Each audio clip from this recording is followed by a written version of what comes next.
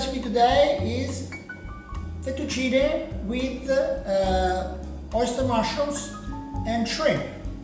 And this is an unusual combination. Not many people are familiar with this combination, but it's very, very delicious. You can also make it with porcini mushrooms or with shiitake mushrooms.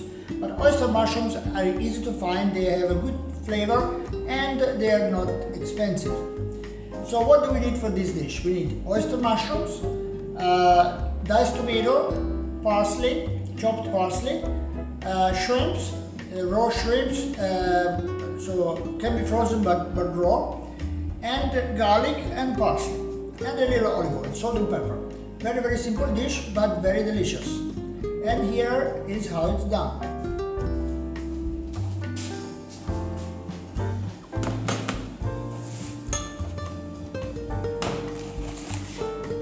We start by cleaning the oyster mushrooms. I'm going to cut off the base, which is a little bit tough.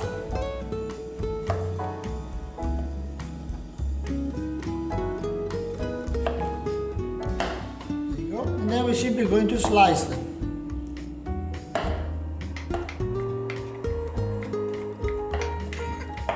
Perfetto. I'm going to put them on the side. And we're going to make some diced tomato.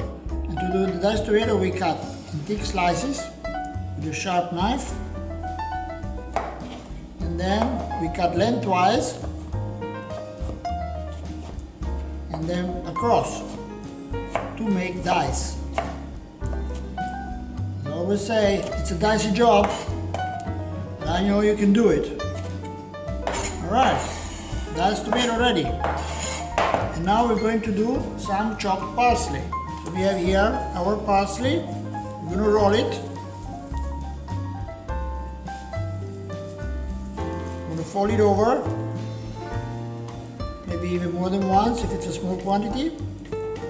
Make a really, really tight bunch. And then we keep the tip of the knife on the chopping board, and then like a guillotine, we go down and cut the parsley, sliding the knife forward as you go. That helps to cut. Make sure you don't keep your fingers under the knife, because if you have vegetarian friends, they won't like that. Here we go. Very quickly done. Ta-da!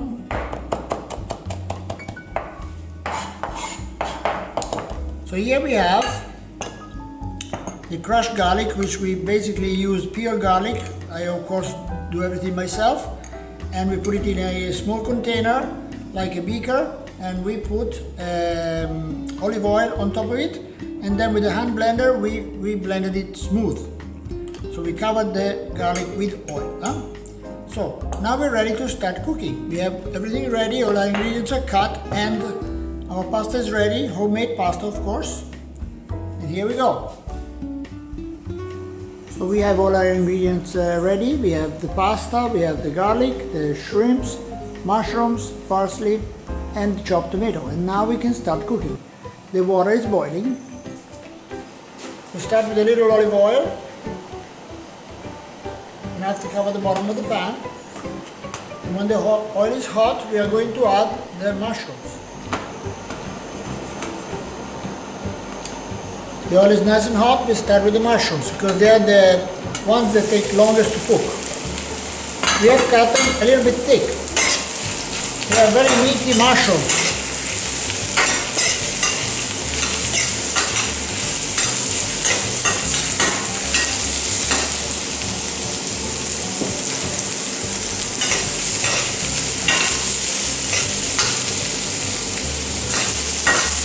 Cook them at medium heat.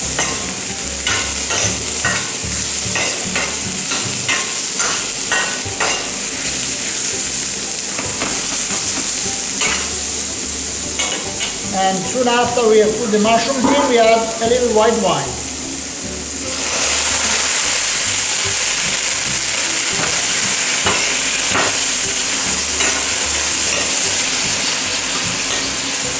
We also add a little bit of chicken stock or vegetable stock. At this stage we are going to add the garlic. So we don't add the garlic when we first put them in, because being that it's crushed so finely, it might burn. There we go. We're also going to add some parsley.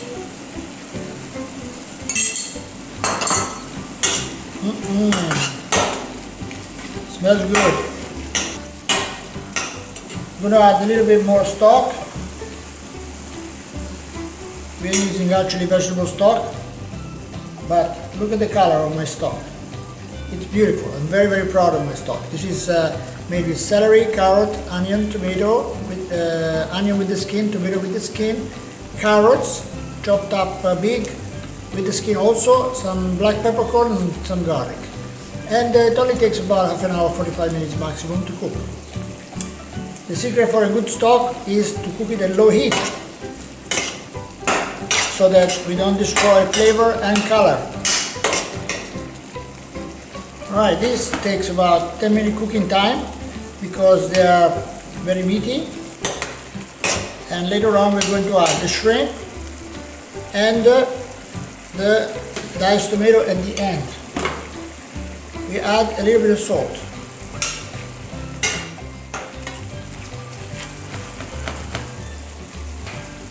They have a lovely aroma, taste and aroma, a little bit similar to porcini and shiitake, but they're inexpensive.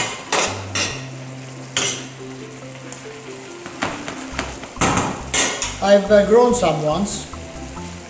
I bought the kit, the bale of straw, and kept it wet or humid for a couple of weeks, and then they came out. Not that many though, so in the end it wasn't worth doing. It was good for doing it, was fun doing it, but it wasn't economically interesting. So because these mushrooms are a little bit tough, we add a little bit more liquid, so they have more liquid to cook inside, and so they become a little bit softer.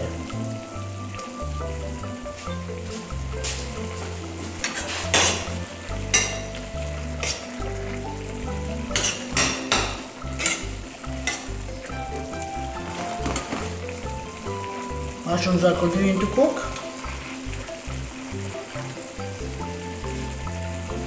If you buy the small oyster mushrooms, as seen in the United States, you have many types of oyster mushrooms: yellow, red, white, and maybe some other color too. So the smaller ones, they are much more tender than these fairly large ones, so they take less time to cook. So basically you just adjust your cooking time according to the mushrooms you are using. So we're going to start adding the shrimps. These are frozen and defrosted whole peeled shrimp.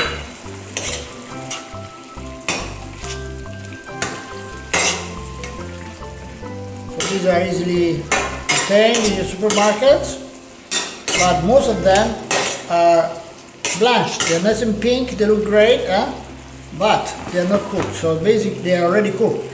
Basically they blanched them, they cooked them in water, and while they did that, you lost about 30% of the flavor.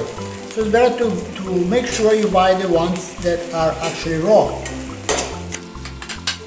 A little more stock.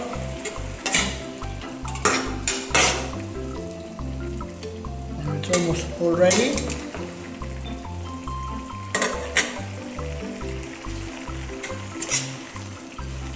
So we're going to drop our pasta in the lightly salted water.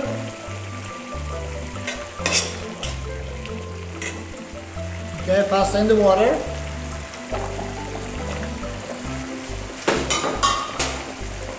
I'm going to use our trusty tool for removing it.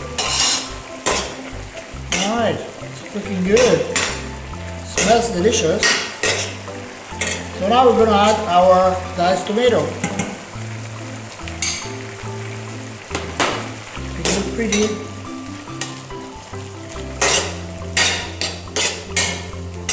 And give it a nice taste. what would we do without tomatoes?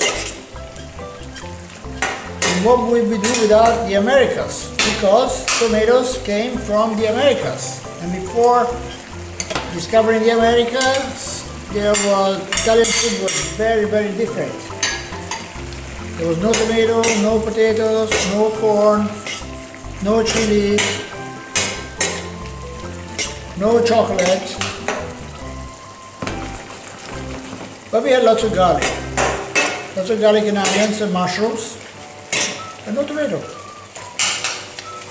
Alright, so our fettuccine, we have about 3 or 4 minutes cooking time. The water has been lightly salted. Meanwhile, the mushrooms and the shrimp are giving off their flavor to the sauce.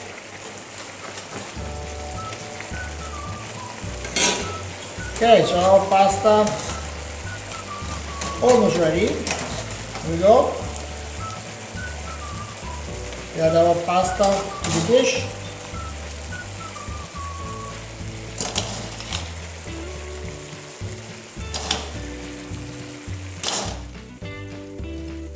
Mix.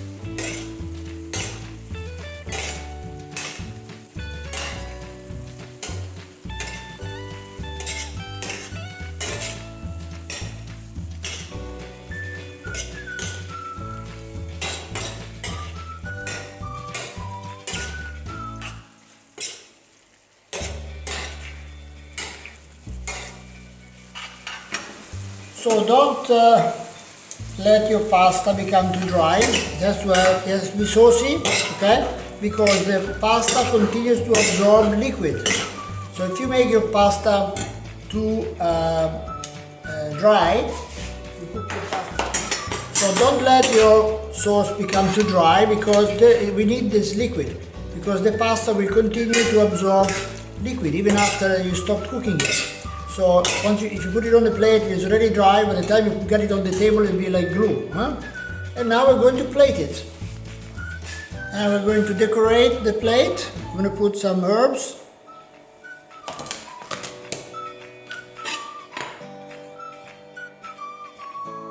And some tomato to offset the color. And then we're going to take our ladle and our spoon, and we're going to take a big wad of pasta, one portion, twist it inside the ladle, okay? Then we're going to put the ladle down and remove it gently, and then remove also the spoon gently. And then we're going to put our sauce around.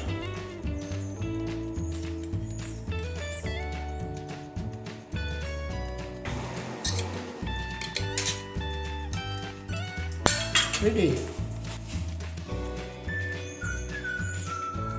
The first.